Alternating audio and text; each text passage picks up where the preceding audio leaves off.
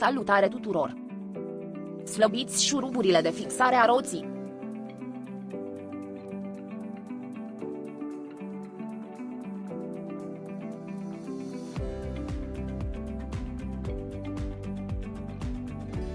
Folosiți o capăt cheie tubulară în număr 18 și o cheie combinată în număr 18. Deșurubați elementul de afixare inferior al barei de sprijin amortizor.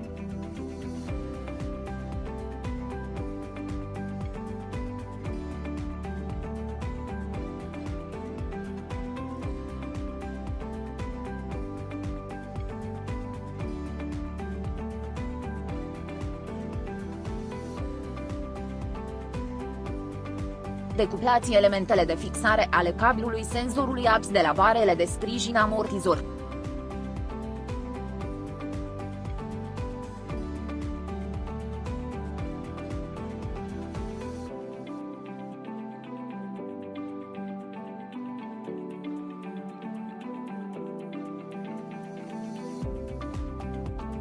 Deschideți capota.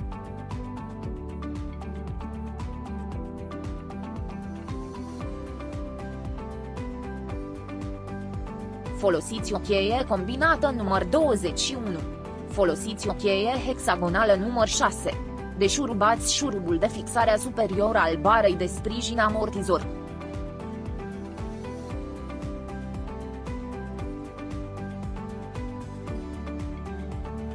Extrageți bara de sprijin amortizor.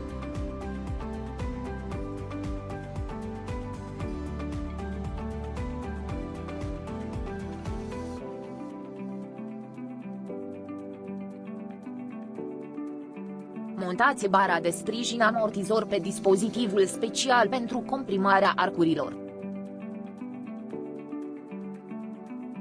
Folosiți o cheie combinată număr 17. Folosiți o cheie hexagonală număr 6. Deșurubați elementul de afixare superior al rulmentului de sarcină amortizor.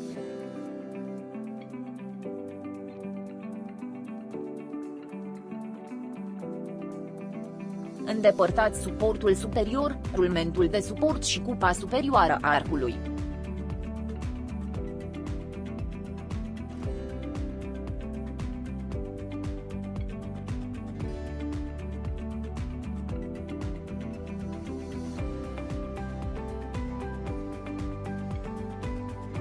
Îndepărtați arcul.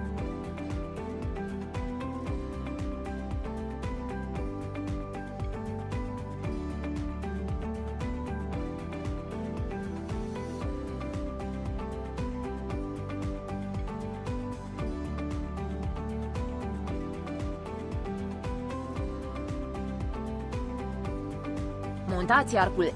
Comprimați un nou arc.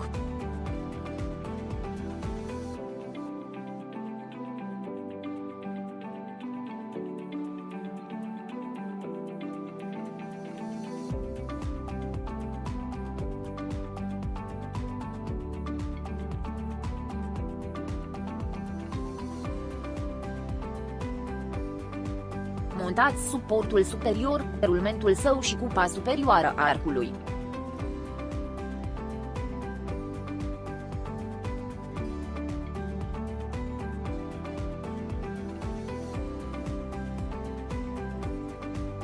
Înșurubați elementul de fixare superior al barei de sprijin amortizor.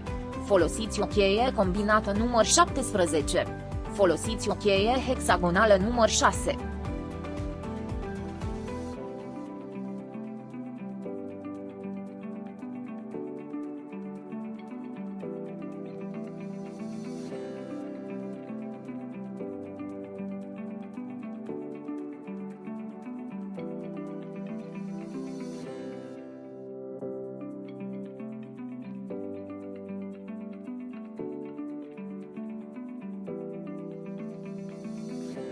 Instalați bara de sprijin amortizor sub arcul roții.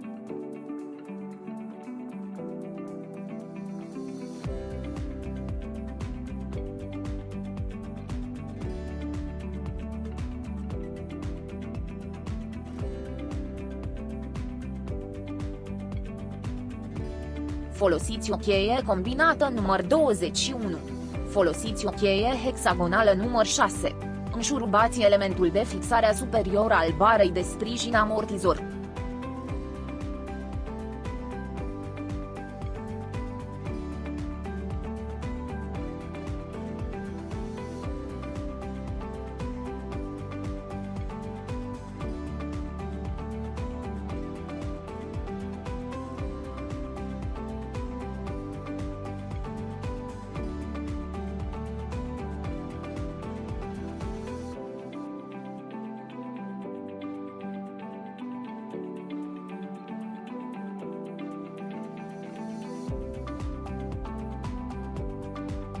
Folosiți o capăt cheie tubulară număr 18 și o cheie combinată număr 18.